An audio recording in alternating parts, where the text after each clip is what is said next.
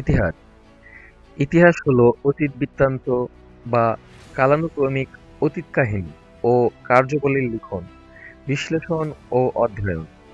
তবে কোনো কোনো দার্শনিক, যেমন বেনেদত্ত ক্রোঞ্চে মনে করেন যে ইতিহাস হলো বর্তমান, কারণ অতীত ঘটনাগুলোই বর্তমানে ইতিহাস হিসেবে অধ্যয়ন করা হয়।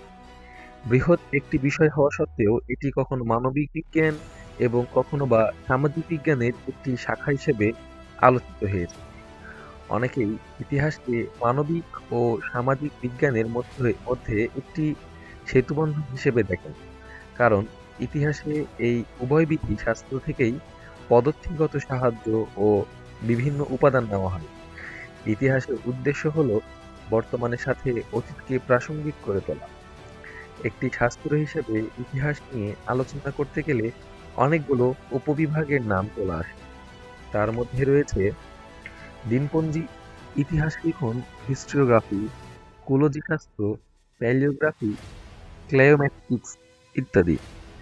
স্বাভাবিক প্রথা অনুসারে ইতিহাসবেত্তাগণ ইতিহাসের লিখন উপাদানের মাধ্যমে বিভিন্ন ঐতিহাসিক উত্তর দেওয়ার চেষ্টা করে, যদিও কেবল লিখিত উপাদান হতে ইতিহাসের সকল তথ্য উদ্ধার করা সম্ভব নয়। ইতিহাস চর্চার ক্ষেত্রে যে উৎসগুলো বিবেচনা করা হয় সেগুলো তিনটি শ্রেণীতে ভাগ করা হয়: লিখিত, মৌখিক ও শারীরিক বা প্রত্যক্ষকরণ। ইতিহাসবেত্তারা সাধারণত তিনটি উৎসই বিশ্লেষণ করে দেখেন। সবচেয়ে নির্ভরযোগ্য উৎস হিসেবে লিখিত উপাদান সর্বজন স্বীকৃত। এই উৎসটির সাথে লিখন পদ্ধতির ইতিহাস অঙ্গাঙ্গিভাবে জড়িত। হেরোডোটাসকে ইতিহাসের জনক হিসেবে আখ্যায়িত করা হয়।